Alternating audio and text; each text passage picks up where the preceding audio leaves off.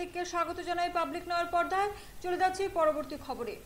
Subhash park কালীবাড়ির চরগণকি এলাকায় ফের সক্রিয় চোরের দল। মঙ্গলবার ভোররাতে সুব্রত বণিক নামে এক ব্যক্তির বাড়িতে চুরির ঘটনা ঘটেছে বলে জানা গেছে।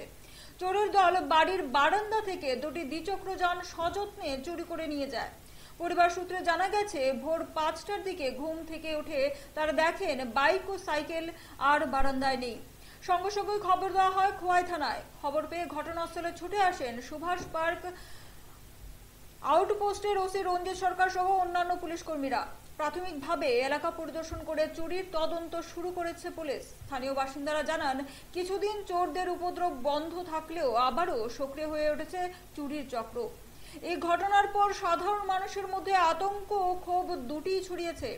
এলাকাবাসীদের দাবি, খোয়াই শহরের বিভিন্ন এলাকায় রাত্রিকালীন পুলিশ টহল জোরদার করা হোক, যাতে এমন অপরাধ রোখা যায়। শুনব সুব্রত বণিকের বক্তব্য। আজকে সকালে আমরা যখন ঘুম থেকে 5টার সময় উঠলাম, তখন দেখি আমার মেন গেটটা খোলা। গেটের সামনে আসার পর দেখলাম তালাটা ভাঙা। তো আশ্চর্য, তালা ভাঙলো কিভাবে। তারপর বারান্দার দিকে যখন নজর গেল, তখন দেখি আমার সুপার স্প্লেন্ডার কালো রঙের বাইক, যার রেজিস্ট্রেশন নাম্বার হচ্ছে TR01N5025।